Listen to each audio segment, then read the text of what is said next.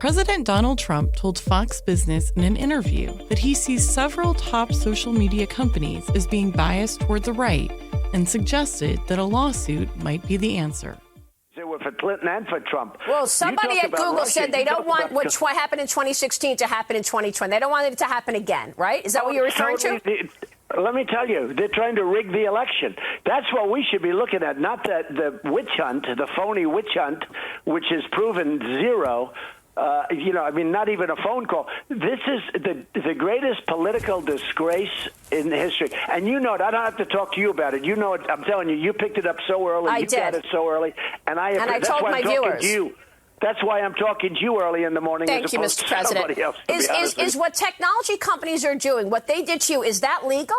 Are they breaking the law, Mr. President? Well, I don't know whether, but I tell you what, they should be sued because what's happening with the bias, and now you see it with that executive yesterday from Google, the hatred for the Republicans. Right. It's not even like, gee, let's lean Democrat. The hatred, and actually, I heard that all during my election. It's hard that I won. They were swamping us with negative stuff. Yeah. I mean, think of it. She was spending hundreds of millions of dollars. She was spending so much money because she spent more than twice what I did. I never got credit for that. I won the election. I spent half the money. The old days, my father taught me, Maria, if you spend less and win, that's a good thing. Well, House Judiciary Chairman Jerry Nadler says that he expects Robert Mueller to have a quote-unquote profound impact when he testifies before Congress on July 17th. The Judiciary and Intelligence Committees announced Tuesday that Mueller would be testifying in back-to-back hearings, though Mueller himself has said that he wouldn't provide any new information. President Trump reacted to the news Wednesday morning. Now, look, the Mueller thing never stops. There was no collusion. There was no obstruction. There was no nothing. How many times do we have to hear it? It never ends. It just keeps going on and on. I've been going through this for 2.5 years, and the criminal activity was on the other side with the fake dossier, the phony fraudulent dossier, and all of the other things they've done, the Pfizer courts, all of that, with the insurance policy by Strzok and his lover, Page. This is a disgraceful thing, and now I heard about it last night, and I just said, does it ever end? At what point does it end? It's a disgrace. Well, Mueller has only spoken once publicly since embarking on his 2-year investigation, which cleared President Trump of collusion with Russia and declined to say whether he ever obstructed justice. Mueller's testimony in Congress would be a key milestone in any Democratic effort to impeach the president. The House Oversight Committee has greenlit a subpoena of top Trump aide Kellyanne Conway, who was accused of violating the Hatch Act, according to the Office of Special Counsel. The Hatch Act bans White House employees from getting into election matters under certain circumstances. Conway did not attend a hearing Wednesday the committee had called on the matter, and according to the Wall Street Journal, the committee decided to subpoena her in a 25-16 largely party-line vote. Representative Justin Amash, Republican of Michigan, joined the Democrats in voting for a subpoena. Representative Elijah Cummings, Democrat of Maryland and chairman of the committee, said, per the Journal, "There are rarely issues that come before our committee that are so clear-cut, but this is one of them. Nobody, not one person, is above the law." The White House has defended Conway. Iran's supreme leader, the Ayatollah Khamenei, vowed to resist the United States in the wake of new sanctions targeting him and other senior Iranian officials. According to the Washington Post, Khamenei is rejecting all negotiations with the Trump administration, saying, quote, "They said negotiate with us in order to progress. Yes, we do progress, but without you. Negotiations are their way of deceiving," end quote. He added, "If you surrender to them, you're done." President Trump had expressed a desire to avoid a military showdown with Iran and to negotiate. Last week, he called off a retaliatory attack on Iranian military assets after Iran shot down an unmanned U.S. drone flying over international waters near Iran. The Jerusalem Post reports an LGBT pride parade in the city of Haifa in Israel will be preceded by a family march.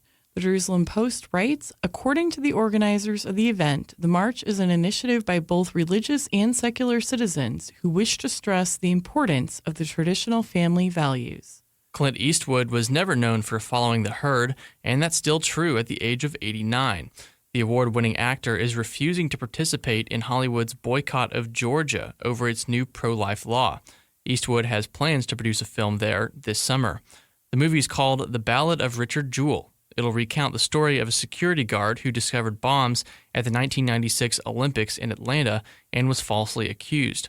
In March, per the Washington Examiner, more than 40 celebrities signed a letter to Georgia Governor Brian Kemp saying they would boycott the state in light of its new law, which prohibits abortion after the child's first heartbeat is detected. Next up, we'll feature Daniel's interview with Representative Gosar on healthcare and immigration.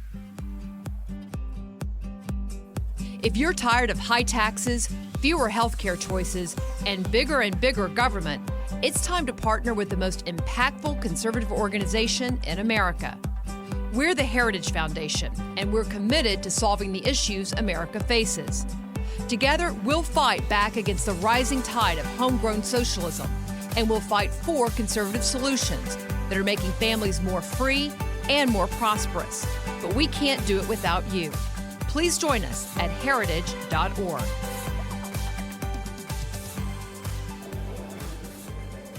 I'm joined now by Congressman Paul Gosar. He represents Arizona's 4th Congressional District in the House of Representatives. Congressman, thanks so much for joining us. Thanks for having me on, Jay.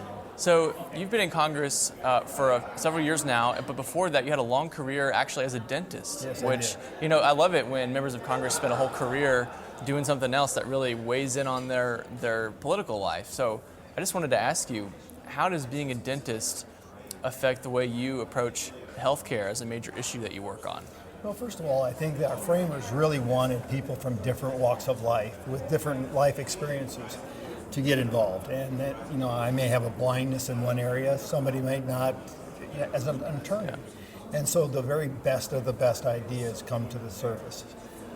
In my case, dentistry has a very different history than medicine.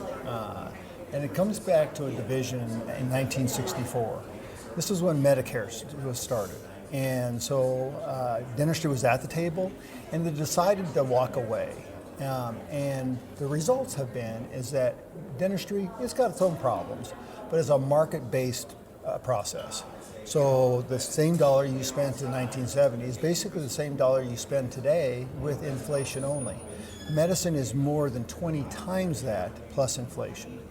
The marketplace is artificial. It's not based on what the market absorbs, it's what the government will pay. So it's got a contradictory influence to it. And that's why we find the problems. We see cost shifting from one side to the left, and eventually you run out of time. Yeah.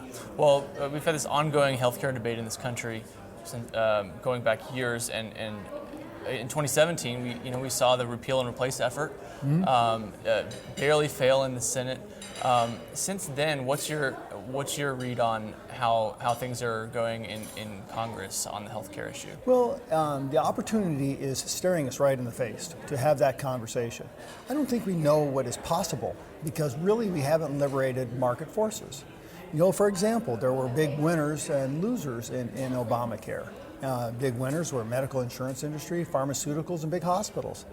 You know, what about breaking everybody down to the lowest common denominator and put the focus on recreating our healthcare to a patient-focused, patient-empowered, patient-centric type of opportunity and build accordingly. Empower patients instead of victimizing them. Give them the power. Everybody wants to be treated their own special way, whether it's your healthcare, who you want to see, whether it's my healthcare, who I want to see, or what I don't want done. Patients need to be empowered. And I think there's some quick things that we can actually do in this Congress that are bipartisan in nature. No one would actually feign not doing them. And it would actually facilitate having that conversation once 2020 is over to actually direct us in a pathway going forward with a better healthcare plan. That's something that we deserve, we're better than, and anything else out there in the world doesn't compete. Yeah, what are some of those things that Congress should be doing on healthcare? Well, the first thing is taking away the Sherman and Clayton antitrust exemption that the medical insurance industry has. You and I, if we're physicians, we don't get that exemption, and so nobody else should. Once upon a time, they needed it to maybe build the insurance marketplace, but they don't. What ends up happening now we truly make them compete instead of what we see today, which is at the 60,000 foot level, there's really 5 monopolies. incentivized where they have to compete. That's going to hold down costs for pharmaceuticals, hospital costs. It's going to incentivize them to help take care of doctors, create new opportunities, new opportunities for having patient-based solutions like you're seeing in the Rust Belt. But that's key. The second one is then also doing health savings account reform, where people are empowered to direct it. And we want something very simple that the government stays out of. If I don't use it, I don't lose it. It builds for a lifetime. If I die, I could give it to you and your HSA. No tax implications as long as it went to your HSA because you're facilitating life. These are all opportunities that you can reset the stage because the marketplace will start to evolve. So as you tear down the antitrust, making more competition, you incentivize that financially for the individual. All of a sudden, you're going to get the creativity of the American entrepreneur in that space to create new things that we've never even dreamed of. So when you're in Western Arizona and you talk to your constituents about this, what are their main concerns and what do they want to see? They have bought into the dream. You know, I've got a lot of veterans. You know, we've tried to do everything we possibly can for veterans, but the Veterans Administration is such an unwieldy bureaucracy that it doesn't turn. And so the real magic here is empowering our veterans. They're going to be our spearhead, breaking that trajectory and empowering them to direct their own health care. I got veterans that live in Lake Havasu City that are forced to go all the way down to Tucson in many cases, when the services of their neighbor could be right there on Lake Havasu, and they may want to stay there. I believe in patience. I think they have a better solution than the federal government, and I think this is the opportunity to do it. So they bought in, and does it fix everything? No. No plan is going to fix everything. We've taken so long to devolve to the problems that we have today, and all the single payers, all the other healthcare systems around the world aren't working either. They're falling apart. So are we better than that? Shouldn't we trust the entrepreneurial, the opportunity that America so rightly has done in the past, being that bright side, and deliver something that the American people deserve? Well, I want to shift to something that's also very relevant to your district, which is immigration and border security. How has illegal immigration, especially the surge of it in the last year, affected your district in particular? It's overwhelming. I have a part of my district is in Yuma, and that sector was one of the most secure aspects, and now one of the least secure. Over 1,000 people coming almost every day. They've been overwhelmed. They're kind of an isolated community out there in southwestern Arizona. And what ends up happening, they don't have the resources to handle the onslaught of people coming back and forth. Congress has, in its terrible wisdom, actually made it worse for them, so that if anybody's with an accompanied minor, we can't intervene, even if we know that adult that's with that child may be a convicted criminal. We've really become, in the world, the largest trafficking organization in the world, and it's sad. Well, and the asylum loopholes, are obviously allowing lots of folks to take advantage of them. Do you think there is the will in Congress to pass something to at least close the loopholes and make it harder to abuse those? I doubt it. And part of the reason is you've seen in the election of 2016, you saw Donald Trump take away the base from the Democratic Party. And so the Democrats want victims. Democrats want to rebuild people that are victims upon the government, that are dependent upon the government. And sadly, the most dependent person on the government is an illegal immigrant to this country. And the onslaught of healthcare, the onslaught of social services, that social net, they're very dependent upon the government. And Democrats' whole mantra has been dependency on the federal government. Are you supportive of the president's national emergency declaration on the border? I am. From the standpoint is that, but there's also a lot more things that he can do. For example, we don't have the same problem in Canada. And the reason being is that Canada signed the addendum to the refugee international law that basically says anybody from Canada showing up at our northern border is considered a Canadian asylee. Because it's a contiguous state, it allows us within 24 hours to dictate whether they qualify or not and turn them home, and they have to take them back. Mexico hasn't done that. So sometimes they won't accept people. So We have this USMCA sitting out there, the trade agreement. It would be wise for the president to conditionalize that Mexico sign on and be part of that solution, not part of the problem. Being a good neighbor. Yeah. So you represent a district in Arizona. It's a very conservative state, and it's got a great booming economy. What's the outlook for the future? Well, it's bright. One of the things we always say in Arizona is that whiskey's for drinking, water's for fighting over, because we're always very conscious of water. And so we're on the forefront of water technology and water stewardship. But we're also blessed with a lot of minerals. We're also known for mining. I tell listeners, it was always based on the 5 C's, copper for mining, cattle, citrus, climate, and cotton. And people don't really realize, but that really is what's made Arizona strong today. We're under assault. We have a lot of changes in our demographics. We see a lot of people from California moving here. Sadly, they bring their failing politics with them. We would wish that if they're coming to Arizona, you want to be free, you want to have liberties and freedoms, and you want to be self-empowered. So, hopefully more people will show up like that. It's a fast-growing state. We have the same issue in my home state of Texas. A lot of Californians moving there. We very much are. Yeah. We always tell them, bring your guns, leave your politics home. That's right. Well, Congressman Gosar, I really appreciate your time here. Thanks, Daniel. Are you looking for quick conservative policy solutions to current issues? Sign up for Heritage's weekly newsletter, The Agenda. In The Agenda, you will learn what issues Heritage scholars on Capitol Hill are working on, what position conservatives are taking, and links to our in-depth research. The Agenda also provides information on important events happening here at Heritage that you can watch online, as well as media interviews from our experts. Sign up for The Agenda on heritage.org today. Eric Trump, the president's son, is claiming he was spat on earlier this week by a restaurant employee in Chicago. Quote, "For a party that preaches tolerance, this once again demonstrates they have very little civility.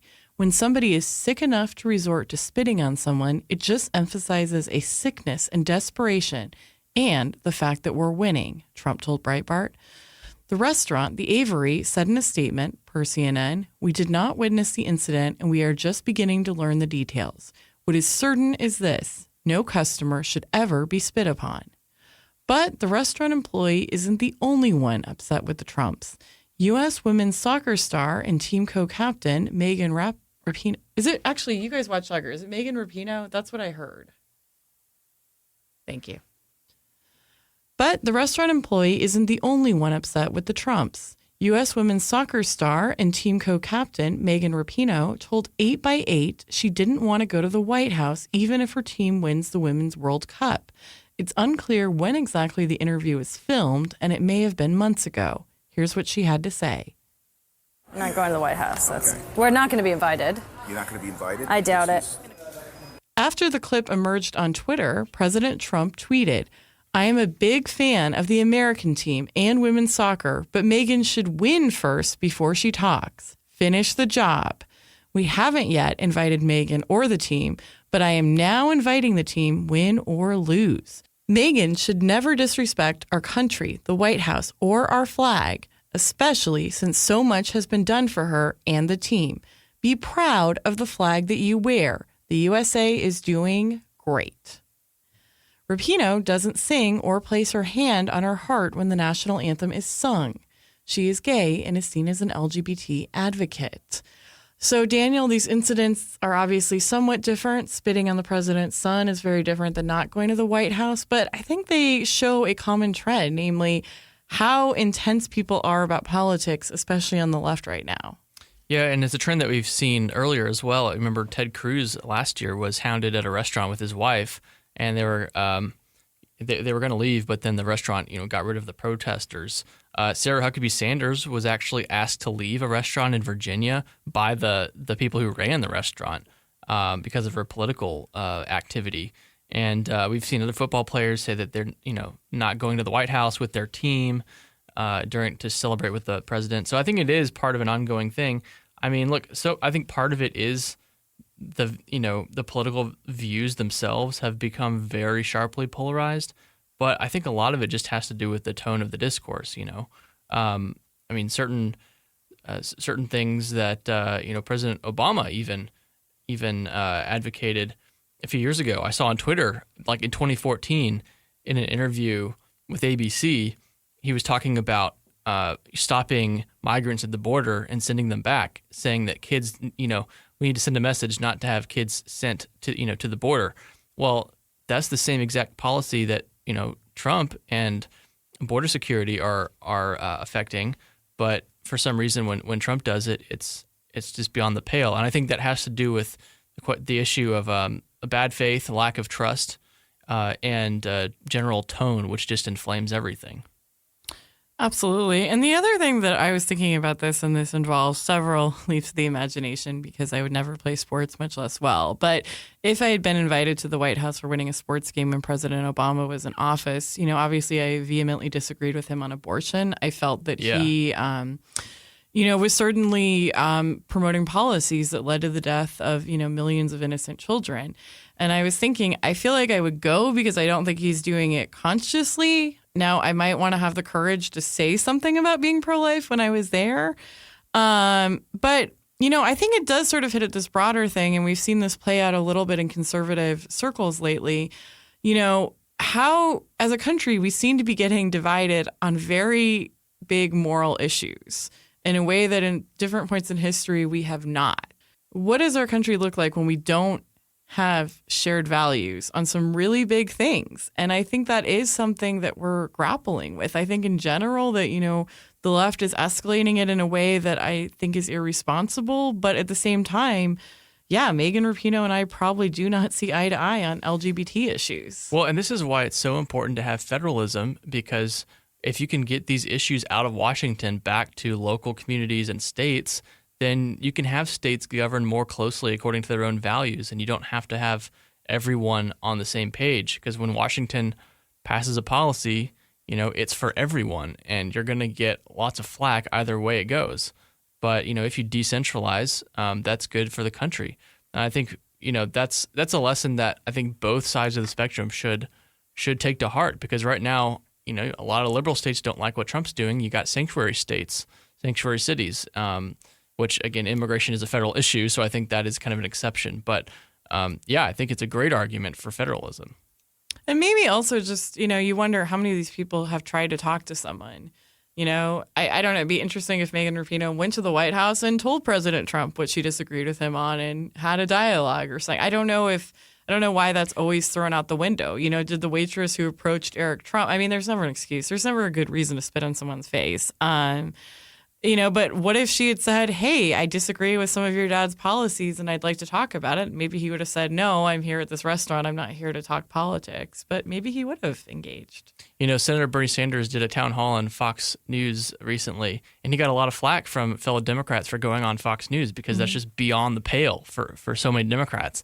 But he actually turned it into kind of a win, I think, for him. He got a lot of applause, and he actually kind of got the audience on his side against the Fox hosts. And that was a big win for him. So I think we need to have a bigger imagination as to like who we can engage with. It's this faction mentality. Like if you do anything with the other side, if you cooperate with the other side on anything, then you're just one of them. Right. And it also implies that you think the other side is so inhuman and beyond the pale they can't be argued with or discussed or learn to sympathize. And to a certain extent, Representative Alexandria Ocasio-Cortez has been in a lot of hot water for comparing the migrant camps to concentration camps.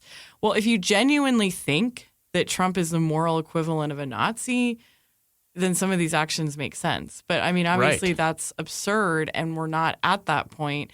And it's very dangerous to promote that. And, you just mentioned Sanders. I think Sanders did a town hall with Senator Cruz in 2017, I want to say, on CNN. I thought that was great. I would love to see Ocasio-Cortez do a town hall with maybe Representative Dan Crenshaw or something. That would be really interesting. I think we need to have discussions. There are huge, huge disagreements right now. But refusing to go to the White House, spitting at people, these are not the right ways to respond. Yeah, I would love to see Dan Crenshaw debate somebody on the Democratic side because he's just really engaging and just makes good arguments. Him and Ocasio-Cortez, that'd be great. They're both millennials. It would be fascinating. That's right.